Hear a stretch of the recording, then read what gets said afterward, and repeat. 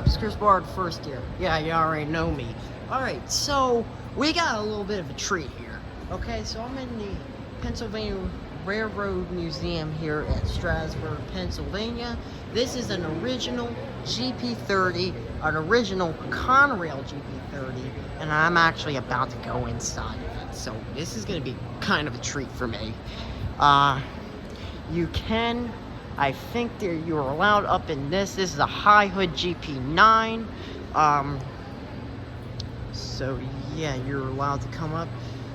I don't think the horn on this is activated. I think they had that first. What in the world is this? I don't know what this is. It's kind of cool and I kind of dig it. Right there is a GG1.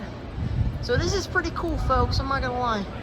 But I will see you guys when we get up in the cab of that GP30.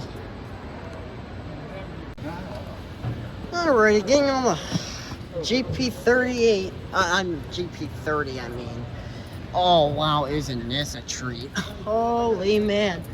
Well, wait, take a look at this. All right, so we need one volunteer to be the engineer for demonstrations. I want to be an engineer. All right, so I guess I'm going to be an engineer, so. Have you operated a locomotive before? No, but, just checking. Okay, no, I'm not. You'll be surprised the answers I get when they ask that question. So this is kind of things. All right, we're all set? Hi. Okay, so here we go. Let me put everything back here. We're supposed to. All right. Okay, now we're ready. So this is the reverser to make us go forward or backwards. Okay. So you're gonna move it that way. All right. Now the engineer brings the reverser on board to train with him. It kind of goes in like a screwdriver and sits in there. And then when he's finished, he's going to take it out, and then the next engineer will put his own in. So they're all keyed alike. One size fits all, but they all have to have their own. So that handle actually has like a key. Yes, and it comes out. It's really not like a key. It's more like just a wrench that goes in there. Yeah. But it keeps people like me from sneaking on board. If nobody's in it. Right. Yeah. So. But the engineer's reverser will fit every locomotive. Okay. All right. So now we got the reverser in. Now we're going to take the throttle on this locomotive. It's got stop. Yeah, this is idle and 7 runs. Yeah. Okay. So go move it 1 click. All right. Now it's going to say idle in the box here. Go ahead. Okay. Make another click. 1 click. And now you're All right, now one. I'm 1, and okay, now I'm at the speed train is 1. starting up, okay? All right. You're starting to get up. You've got a heavy load, so it's tough getting it started. Now you can move to 2. Okay? You can move to 7 if you want. 7 is really when a train is going up a steep hill. All right, so can I move it now? Yeah, usually they get up to about 4, 5. That's usually about enough to get a train started. I'm on 7. All right. So now we want to stop the train. All right, stop the train. We're going to put this back to idle. So 4, 3, 2, 1, idle. And what that means is the locomotive is coasting, but the train is pushing it. So we've got to stop the train. So this is the train brake right here, and you want to move that nice and slow. Okay? And when he's doing that, he's applying air to every car on the train, okay, to every brake on the train at the same time and at the same rate. So you have a nice smooth stop when you do that. And he brought it all the way to complete stop. Very good. The lower one is the locomotive brake. It's called the independent, when it runs independent of a train. So it still needs to have a brake, okay? So that one pushes down and then moves, all right? The reason for that to be a different color and operate differently, if the engineer were to accidentally use the independent or engine brake, the engine will stop, but the cars behind him won't. And you're gonna have scrap iron behind you and unemployment in front of you. That's right. This is so cool, folks. All right, down on the floor, we got the dead man's pedal. So what does this do? The engineer had to keep his foot on that pedal the whole time he's running the train. Whoa! Right? Is it still like that to this day? No. So if he took his foot off, he had 7 seconds to put it back on. Well, that's kind of annoying. All right. If he doesn't put it back on, the locomotive thinks that he's asleep or he's incapacitated, and nobody's running the train, and it will put the train into an emergency stop. So the problem with it is, it was extremely uncomfortable. And I think you're even seeing that. It's off to the left.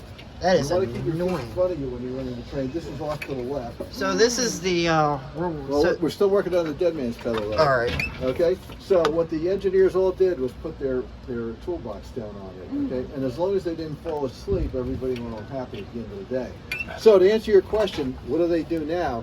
About 20 or 25 years ago, they modernized locomotives. So the controls still work the same, but they have a desk or a console in front of them. And on that console, there's a push button. And there's a buzzer that goes off in the cab about once a minute. And all they do is push the button that says I'm still alert, and the train keeps on going. So the button and the buzzer have defeated the toolbox, but in the name of safety. All right? Okay, we are almost up to the train diesel horn. So this is the horn. You can pull that back. So this is the horn, folks. Well, you gotta let air come back in, so go ahead. Okay. Now go ahead and do it.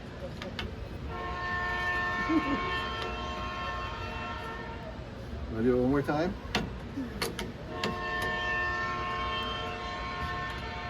And that's Okay. how the horn would sound, folks. So this is the horn valve, folks. That's it.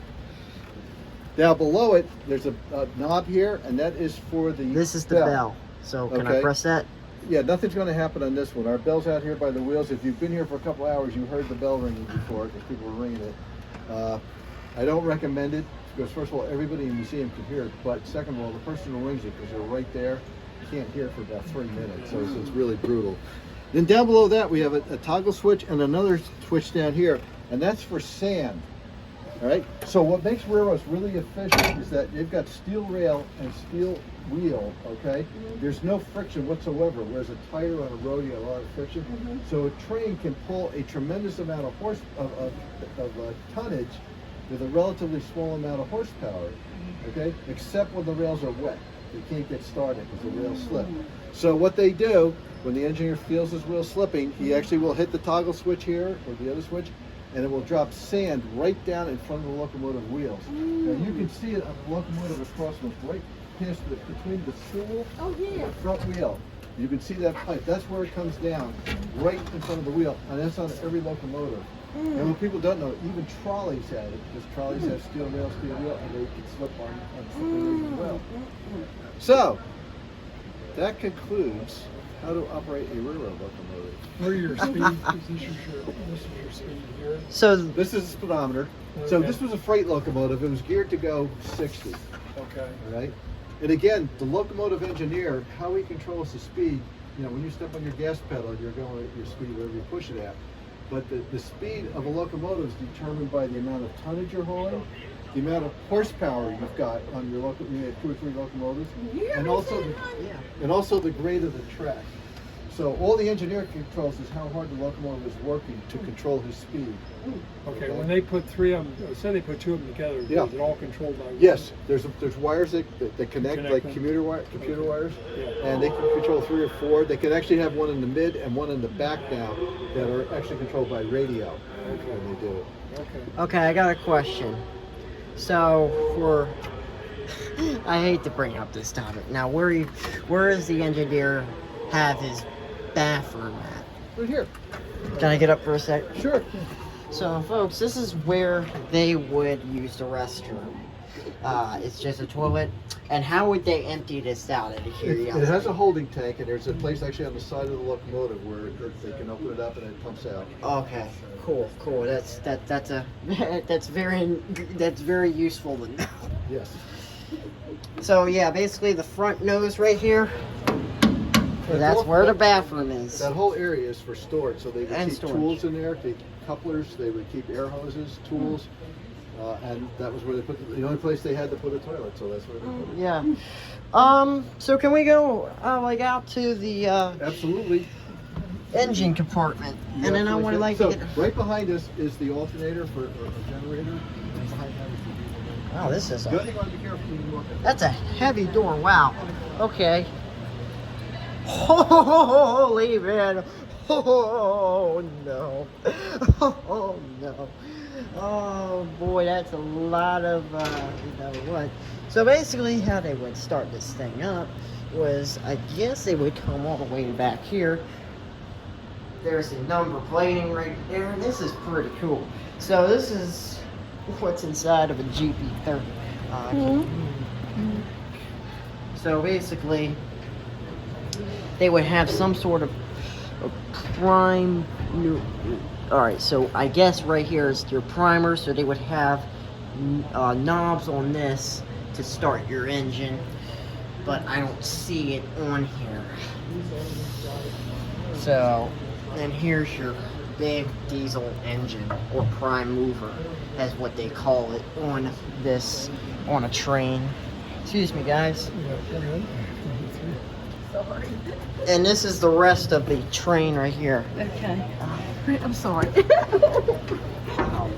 Come on, Chris. That was mine too. Sorry. So anyway, what I was saying is, this.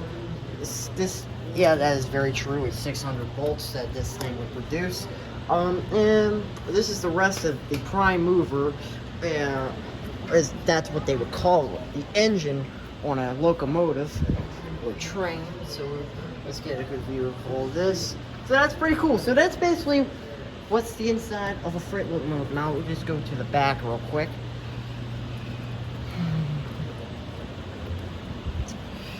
So this is the long hood right here.